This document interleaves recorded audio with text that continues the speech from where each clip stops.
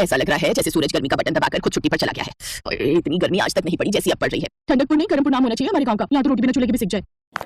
अरे चंदा की माँ मोहन नहीं आया अभी तक? हाँ पता नहीं, 4-5 दिन का भूल कर गया था, 8 दिन हो गए। पता नहीं साहूकार कितनी मजदूरी करवा रहा है। इतनी गर्मी पड़ रही है, न जाने ठीक से कुछ खा पी भी रहा होगा या नहीं। गर्मी की वजह से ठंडकपुर गांव में सभी परेशान थे। जानकी का परिवार गरीब था, मोहन मजदूरी का काम करता था। उसी सिलसिले में वो पिछले 8 दिन से ढोलकपुर गांव के साहूकार के पास काम कर रहा था। वहीं बूढ़े मजदूर से मोहन की बातचीत शुरू हो गई। बूढ़े मजदूर की एक दिन तबियत खराब थी। मोहन ने अपने साथ साथ उस मजदूर का भी काम कर दिया। ये देखकर मजदूर की आंखों में आंसू आ गए। अगले कुछ दिनों तक मोहन दीनू नाम के उस मजदूर के हिस्से का काम करता रहा। मोहन बेटा, तुमने इतने दिनों तक मेरी मदद की, मेरा सहारा बने। अगर मैं कुछ कहूं तो बुरा तो नहीं मानोगे? नहीं चाचा बोलिए, आप उम्र में बड़े हैं, आपकी बेटी की तरह। बोलिए। मोहन बेटा, मेरी उम्र हो चली है, मुझे अपनी बेटी कुसुम की बहुत चिंता होती है। अगर मुझे कुछ हो गया तो मेरे बाद न जाने मेरी बेटी का क्या हो। मोहन बेटा, मेरी कुसुम को पिछले कुछ दिनों से तुम भी देख रहे हो। तुम जानते हो वो समझदार है, सारा घर संभालती है। अगर तुम उससे शादी कर सको, मतलब मैं जोर नहीं दे रहा, बस तुम अपने से लगे तो मन की बात कह दी।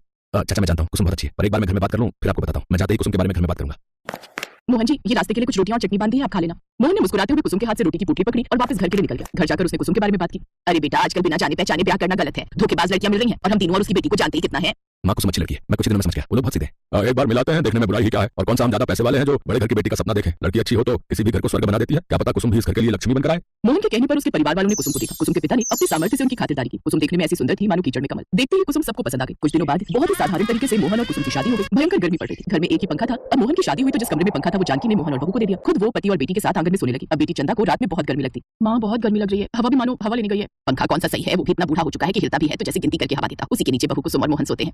पसीने तो ऐसे बह रहे जैसे ज्वालामुखी का झरना। माँ गर्मी तो सहन ही नहीं हो रही। जाकर नहा ले, ठंडक पड़ जाएगी। पानी आग उबल रहा होगा जानकी, रहने दो। सुबह ठंडा पानी कुएं का ला कर दे दूंगा, तब नहा लेगी। कुसुम कमरे में से सब कुछ सुन रही थी। मोहन तो दिन का थका हुआ था तो गर्मी में भी गहरी नींद में सो गया, पर कुसुम को गर्मी में नींद नहीं आ रही थी। अगली सुबह सब लोग अपना अपना काम कर रहे थे, तभी कुसुम सास से बोली, माँ जी मैं जरा बाजार हुआ। इतनी गर्मी और धूप में बाजार जाने की क्या जरूरत आ गई बहू? बस कुछ जरूरी सामान लाना था। अच्छा हुआ, चंदा को भी साथ लेती जाओ। माँ मेरे से नहीं जाया जाएगा इतनी गर्मी में। भाभी मैं आपके कमरे में सो रही हूँ, वैसी रात भर नींद नहीं आती। अब मेरी हिम्मत नहीं हो रही कहीं जाने की। कोई बात नहीं, मैं हुआऊंगी। पता नहीं क्या जरूरी सामान खरीदना है जो इतनी धूप में जाने की जरूरत पड़ गई। कुसुम ने शायद कुछ सोच रखा था, तभी वो इतनी धूप में बाजार गई। कुसुम सीधा एक ड्रम की दुकान पर गई और वहां से नीला ड्रम खरीदने लगी। भैया नीला ड्रम होगा? बहन जी नीला ड्रम नहीं, हमने तो नीला ड्रम रखना बंद कर दिया। आजकल नीला ड्रम नाम सुनते ही सबकी हवा टाइट हो जाती है। पर आपको किसने चाहिए नीला ड्रम? बस कुछ जरूरी काम था। वैसे और कोई लगता हो? यहाँ पिछली गली में दुकान है, वहाँ पूछ लो। वैसे पूरे गांव में नीला ड्रम रखना बंद कर दिया सबने। यहाँ तो जनाब बाजार में बहू कुसुम ड्रम खरीद रही थी और बाजार की सबसे तेज रडार यानी पड़ोसन की नजर उस पर पड़ गई। पड़ोसन का स्कैनर चालू हो गया और फिर वो धूल उड़ाती सीधी जानकी के घर पहुंची। जानकी, अरे वो जानकी, जल्दी दरवाजा खोल, बड़ी खबर लाई हूं, बड़ी खबर। अरे मुन्नी क्या हुआ, कहीं गांव में फिर से साहूकार की भैंस तो नहीं भाग गई? तेरी सास तो मेरी दे और सुन, कोई है तो नहीं? घर में कोई नहीं है। चंदा बहू के कमरे में सो रही है और बहू बाजार गई है कुछ जरूरी सामान खरीदने। वही तो जरूरी तो होगा ये, तब भी सोचो कुछ गड़बड़ है। अरे तुम्हारी बहू को मैंने बाजार में देखा नीला ड्रम खरीदते हुए। बोली भैया नीला ड्रम लूंगी तुम पे, नहीं तो कहीं और से ले लूंगी। दुकानदार भी घबरा गया, बोला बहन जी आजकल नीला ड्रम तो बिकना ही बंद हो गया है। क्या बहू नीला ड्रम खरीदने गई थी, पर नीले ड्रम की उसे क्या जरूरत पड़ गई? हो सकता है बर्फ भरने के लिए खरीदने गई हो। उसके हाव भाव देखकर तो लग रहा था कि वो तुम सबको ठंडा करने के लिए वो नीला ड्रम खरीद रही है। कैसी बातें करती हो कमला, कुछ भी बोले जा रही हो। तब कुछ नीला ड्रम लेकर आ गई। सास और पड़ोसन को तो साफ सुन गया। जानकी मैं चलती हूँ, फिर आऊंगी। हाँ, पड़ोसन पतली गली से निकल गई, पर जानकी का शरीर तो भरी गर्मी में बर्फ की तरह ठंडा पड़ गया। माँ क्या हुआ, तुम इतनी घबराई क्यों? उधर देख, वो तेरी भाभी क्या खरीद कर लाई है, नीला ड्रम। अरे जिसकी चर्चा भी खबरों में आ रही थी, पर बहू क्यों लाई है? माँ होगा कोई काम भाभी को, तुम बेकार चिंता करती हो। चिंता की तो बात ही है, नीला ड्रम तो नाम सुनते ही डर लगने लगता है, पर ये कर क्या रही है यही समझ में नहीं आ रहा। कुसुम घर के आंगन में नीला ड्रम रखती है, सबकी नजरें उसी पर टिकी थी, लेकिन कुसुम बिना कुछ बोले सीधे अंदर जाती है और थोड़ी देर बाद कमरे से कुछ पुरानी चीजें जैसे पंखा, प्लास्टिक पाइप, मटका और एक टूटी बाल्टी निकालती है। तभी मोहन और उसके पिता भी आ जाते हैं। कुसुम ये सब क्या है? तुम ये नीले ड्रम में क्या कर रही हो? कुछ नहीं, बस गर्मी से बचने का जुगाड़ बना रही हूँ। गर्मी से बचने का जुगाड़, वो भी इस नीले ड्रम से? जी बाबूजी, मैंने एक बार अखबार में फोटो देखी थी, किसी ने कनस्तर को काटकर कूलर बनाया हुआ था, तो मैंने सोचा मैं भी कुछ ऐसा जुगाड़ कर लेती हूँ, इसीलिए मैं नीले ड्रम से कूलर बनाने जा रही हूँ।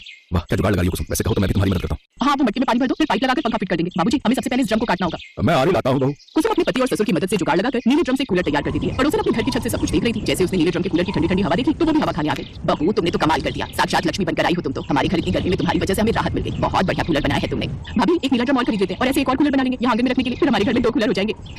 अरे कुसुम बहू, एक कूलर मेरा भी बना दोगी? वो क्या है ना, मेरे घर में भी कूलर नहीं है। बना देगी बहू, पर पैसे लेगी। अरे इतनी मेहनत से काम कर रही है तो मुफ्त में थोड़ी कूलर बना कर देगी। पैसे दो और कूलर खरीद कर ले जा। आखिर बहू ने दिमाग लगाया है तो उसका फायदा भी तो उसे मिलना चाहिए। क्यों, सही कह रही हो ना? हाँ, तो मैं कौन सा मुफ्त में ले रही हूँ? सास ने तो ऐसे ही बात करती थी, पर सचमुच पड़ोसन तो उसी समय 500 का नोट लाकर कुसुम के हाथ में थमा दिया। वैसे तो ये सही भी था, कुसुम ने भरी जुगाड़ लगाया था, पर मेहनत तो हर काम में लगती है और मेहनत के पैसे लेने में कोई बुराई नहीं। धीरे धीरे गांव के सभी लोग अब कुसुम से नीले ड्रम का कूलर बनवाने लगे। कुसुम ने अपने परिवार को तो गर्मी से राहत दिलवाई, साथ ही अपने ठंडकपुर गांव में नीले ड्रम से कूलर बनाकर ठंडा करने में मदद की। अब कुसुम की जुगाड़ू कोशिश की वजह से उसकी कमाई भी होने लगी, साथ ही लोगों को गर्मी से राहत भी मिली। कुसुम ने अपने पिता को भी एक नीले ड्रम का कूलर बनाकर चौंका दिया। दीनू को भी अपनी बेटी पर बहुत गर्व था।